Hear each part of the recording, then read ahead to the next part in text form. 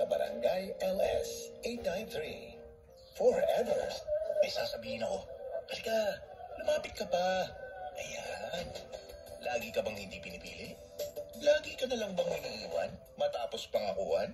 O biktima ka ba ng taong sa una ay buhos lahat ng atensyon sa'yo? Pero kapag nakuha na ang lahat sa'yo, ikaw na ang mamamalimos ng oras sa taong pinusuan at pinili mo. Naku, naloko na. Love bomb ang tawag dyan, kapuso.